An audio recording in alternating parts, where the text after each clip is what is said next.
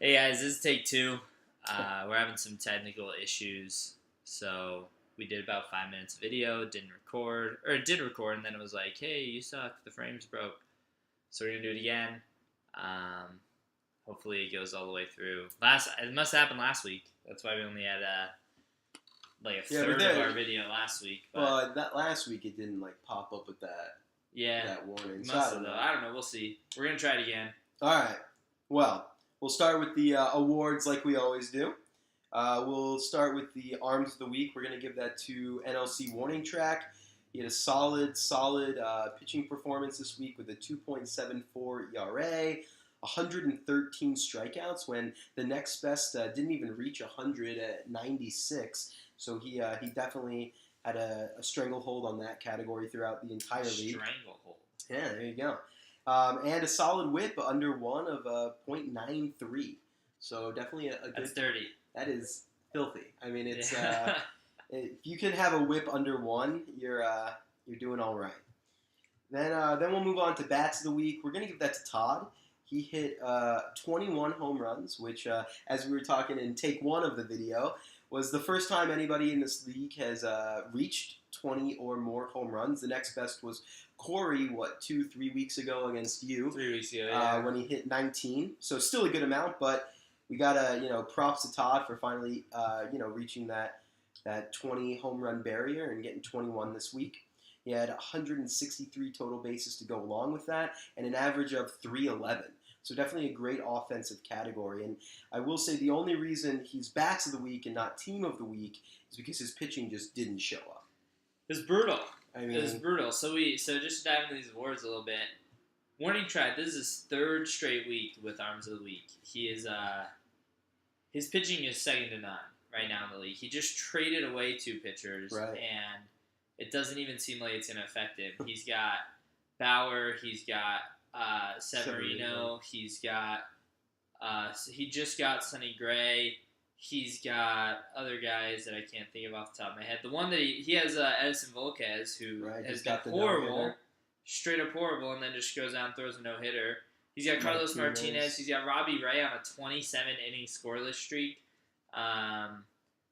So his pitching is unbelievable. Now on the flip side, Todd crushing it on offense this week, and it's really a testament to the MLB where the Astros are destroying it. Right. They've won 13 in a row in real life, and in their division draft, Corey kind of went for the best players, and Todd went for the youngest.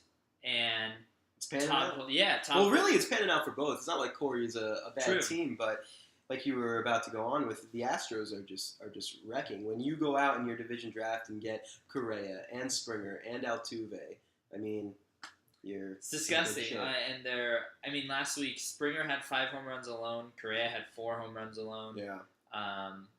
For retrospect, my team had 5. Right. As a team. Well, and what's crazy Springer had 5 himself. What's crazy is all of those guys that we just mentioned who are producing ridiculous numbers are all so young and don't look like they're going to stop anytime soon. They're stupid young, yeah. I mean, the Astros are going to be good for a while, it seems like, which means it's going to pan out for Todd for the long run. I mean, he's in it to win it for, the foreseeable future with those guys.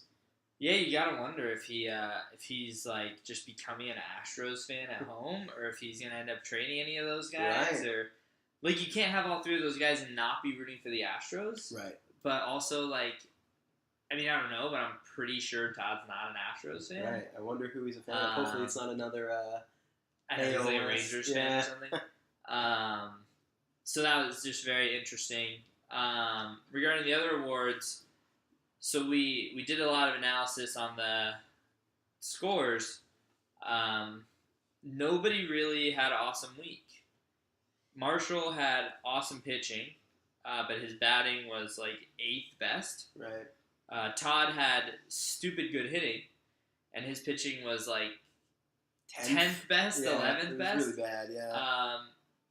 Nobody had a great margin of victory. Nobody really stood out, but we did have one owner who did not reach the 8 start minimum to qualify for some of the pitching categories, which we felt was enough to hand him the Team of the Week WEAK award, and that's going to go to Kevin. Every other owner reached the 8 starts, and if he would have gotten that, I think he had 7 of the 8. If he would have gotten that one more start, he actually would have tied his matchup 9-2 versus his 13-5 that he ended up with. So I think you got to go out, look at the waiver wire, even if it's just for one start. You got to find a way to get that 8th start. I mean, agreed. I super agree. Now the one thing I could say is he might have thrown in a claim. I was gonna miss minimum starts last week because I got a lot of injured pitchers. Yeah. And I ended up picking up CC on Wednesday, which was my 8th start. So maybe he had a claimant on CC, maybe he had a claimant on other guys, but like, kind of inexcusable. Right. You know, you're put in a claim for 2 guys if you think the one guy is going to be, right. a popular And you have Kevin who's riding a lot of injured guys. Yeah. In the closer NL where it's easier to come back versus the AL, which has started to spread a little bit, you feel like Kevin's not out of it yet. But then you have a week like this where, like, instead of just going 500 for a week, he gives up 8 games. Right. Instead of 992, he ends up down 8 games on the week, and that's like, it just feels inexcusable. So that's team of the week. Best team of the week is going to Jeff. So Jeff won 9-8, which feels like not necessarily the best team of the week, but we looked at all the numbers. He had the second best pitching stats of the league. He was just up against Marshall, who was the best. So with that, his batting still looked strong. He ended up winning 9-8, even going against the best pitching in the league. I mean, like we said, his batting was solid. It wasn't great. It was, it was good. He had still solid average of Top 5 280, something like that. I mean, it just wasn't your normal team of the week numbers that we're used to so far this season. Well, this week was one of the closest we've ever had. We're usually having a 17-4, 18-2. Right. One of those is coming up most weeks, and biggest win was 13-5, which came on Kevin not hitting minimum. Yeah. Next biggest win was 12-7, which is much closer than the closest matchups we've been having. So it's interesting. It kind of shows that we're having some parity in the league, which is cool. It's good to see that everybody's kind of competing. But long story short, Jeff's taking home team of the week for, I don't know, his 4th or 5th time, easily pacing the league. Yeah. Him and Marshall are going head-to-head on best team in the league right now. And they played last week, and Jeff eked it out 9-8. So, very, very interesting there. That might be a finals preview that we saw last week. Who knows? It's gonna be an interesting rest of the season. I mean, it's still fairly early. We haven't even reached the All-Star break. No, super early. So it's interesting to see if these teams that are getting out ahead now are going to be able to keep it up. I mean, are the Astros going to continue to produce like this past the All-Star break? You have to imagine something like that. But then you look at the pitching. Who was it? Warning Track, who we said had the best pitching, right? I gotta be honest, I'm not sold on all of his pitchers. I think they're overperforming a little bit right now, and that's not to take anything away. He's been doing unbelievably well with his arms throughout the entire year. But outside of like Carlos Martinez and Severino, I mean, I don't buy Volquez. I mean, he's been terrible outside of the one start. I mean, I don't know if I buy Bowery as an ERA over 5, I think. I mean, his ERA is 5.8. Yeah, so it's like I'm not completely sold, and I think that trading Leak and Stroman is going to end up hurting him in the long run. So yeah, that's the first trade for us to talk about was Warning Track and Corey made a trade the day we did our last video, so Zach didn't want to talk about it. Oh, you guys didn't even know that because it didn't post. We talked about the trades, and then we didn't talk about this one. So we'll talk about it now. Corey gave up young third baseman Alex Bregman and Oakland A's ace Sonny Gray. And he got back journeyman Ben Zobrist, starting pitcher Mike Leake, and Toronto ace Marcus Stroman. So I mean, I can tell from your words already you definitely like the Stroman and Leake side. I do, and that's not to say I don't like Sonny Gray or Bregman. I think Bregman's got a bright future with the Astros. Right, another one of those young Astros. Yeah, exactly. But I like both Stroman and Leake more than Gray personally, and I think they're both younger. Leake might be older. I'm not sure their age on that one, but. And I mean, look, Zobrist is struggling right now, but you got to imagine with his track record, he's going to figure something out. He'll be a decent bat down the stretch, and he's got a lot of position availability. Yeah, so. No, agreed. I think looking at it from Marshall's perspective, he must be high on Bregman. Which, like, I'll be honest, I'm high on Bregman too. Right. Yeah. Bregman actually went to our temple yep. as a kid in Albuquerque. Like I like met him many times as a fucking 10-year-old and stuff. So like definitely rooting for the guy. He's doing decently well. He's batting .254, 6 homers, 4 steals. Right. He's the 18th best third baseman. Here's the thing that kind of trips me out. I feel like Marshall gets this deal done with only one of those starters. I agree. I feel like this deal goes through if it's Stroman and Zobrist for Gray and Bregman. I feel like Corey accepts it. Right. And then he keeps Mike Leake. Mike Leake is the 14th best starting pitcher in our league right now. He's 5-4, but a 2.64 ERA and a WHIP of 0.95. He's crushing it. And then Stroman is the 24th best starting pitcher with a 6-2 record and a 3.25 ERA. So they've both been amazing. It's just Marshall gave up too much here. Like, you take out any of those 3 pieces, except I don't think he does it if it's only Leake and Zobrist, and you take out Stroman. But if it's Stroman and Zobrist or it's Stroman and Leake, I think the deal goes through. I think it goes through. I don't think Corey declines it. I don't know what the negotiation was. Maybe they went back and forth. Right. Like, maybe Marshall's just really high on Sonny Gray coming back. Like, he's been okay, decent recently, but he's the 73rd best starting pitcher. And 2 starts ago, he went 4.2 and gave up 7 earned to the Indians, who haven't been as good as they were last year this year. So, I get it from Marshall's perspective. I understand the push for Bregman. I understand the thought maybe that Gray goes to the Yankees or the Astros and ends up on one of these contending teams and crushes it. It's just kind of an overpaying situation where it feels like this trade, like Marshall was evaluating Gray of 2015. Right. And paying that price for a guy that hasn't put up those numbers. Yeah, no, it's interesting, and like I said, he's been killing in the arms department, so he had the starting pitchers to trade away. But all he got was Bregman. He didn't pull some massive hitter, and pitching wise, I don't think Gray outperforms Leake and Stroman. I don't think he outperforms either of them individually. He might not. He might not. I think he definitely overpaid, but. We'll see. I mean, every other trade we've talked bad about seems to work out for the other side. So we'll see moving forward. We had another trade between Ethan Koch and Kevin. Very interesting trade here.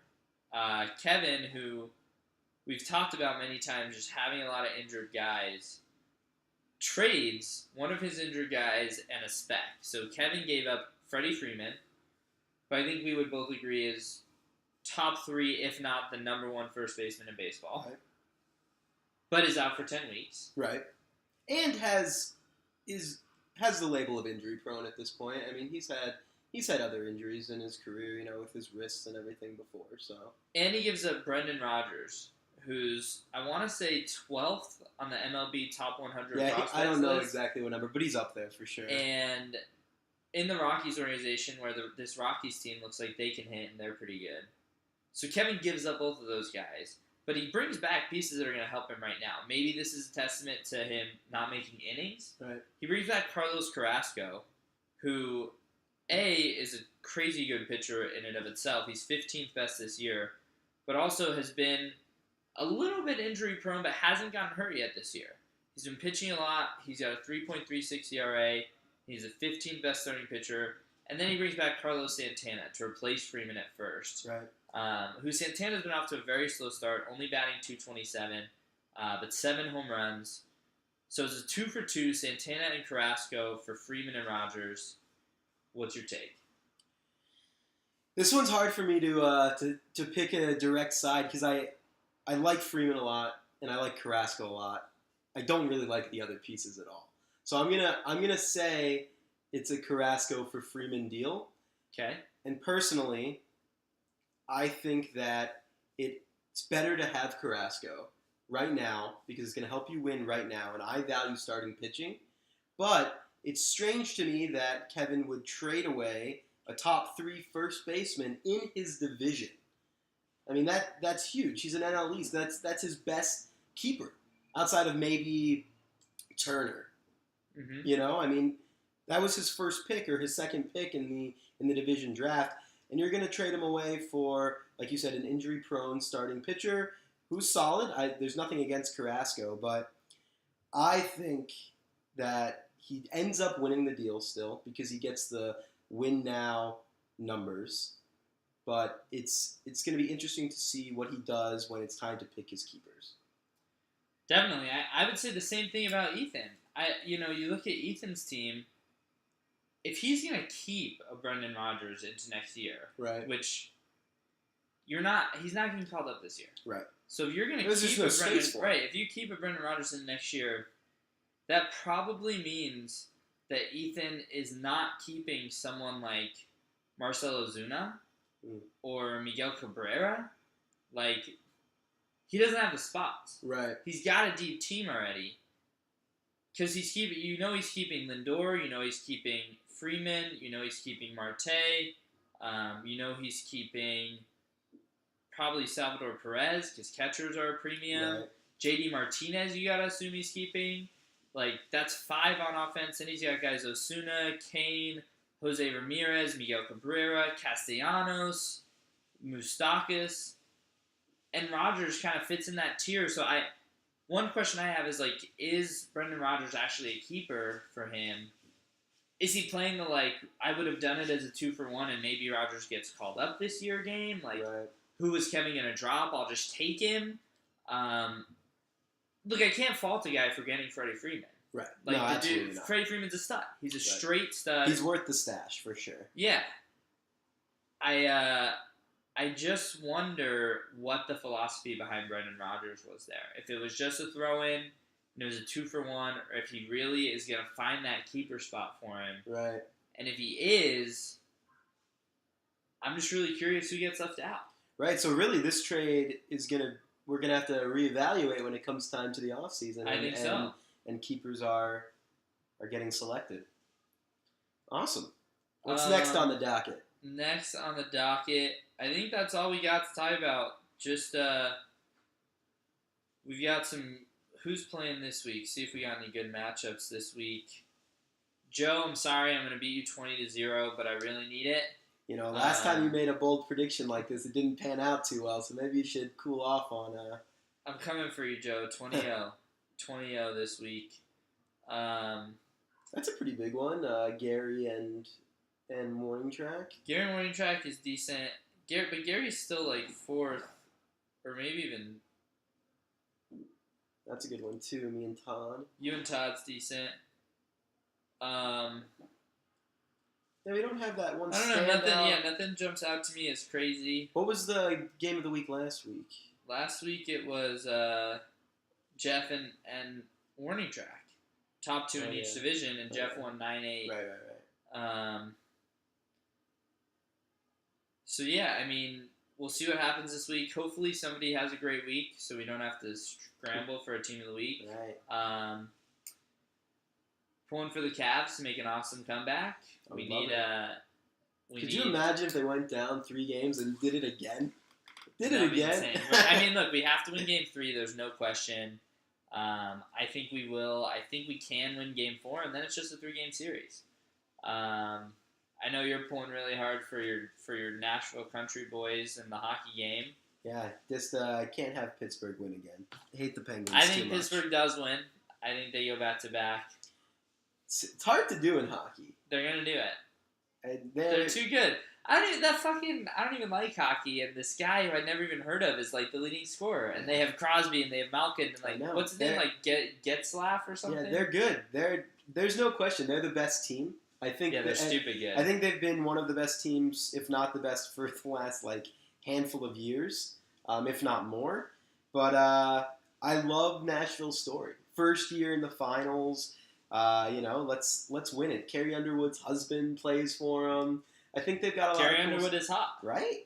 So I think it's going to be a fun, 3-game series that we have left. They went down 0-2, took the 2 at home, and now it's a best of 3. So we'll see what happens. But I definitely would just love to see Pittsburgh lose as a Flyers fan. So we'll see what happens. All right, we're pulling for the Cavs. We're pulling for the Predators. They might both be wrong, but got some finals going on. We'll see what happens in the MLB this week. Joe, I'm coming for you. I really need this big win. So if you want to not make innings or something, that'd be cool. And I'm still looking for pitching. So if you, I think every team in the league is looking for pitching except Matt Marshall, and maybe now he is. Maybe now he is. I think literally every team in the league is looking for pitching. If you want to trade pitching, I'll trade you as well. Zach will trade you. Quick update: I think 9 of the 12 league members have gotten on Slack. Get on there, guys. 1, 2, 3, 4, 5, 6, 7, 8, 9. Yeah, so we're still missing Jeff, John, and you and Ethan are just loving Slack with your gifts. Dude, the gifts are great. If you don't like gifts, you're wrong. Gifts I agree. Awesome. 100%. And Kevin, Jeff, and John. If you guys get on Slack, we can all be on there. It's a cool way to just talk trades, talk baseball, make fun of each other and everything. So it's in the last email I sent. I think that's all we got. All right. Sounds good. We will see you again next week.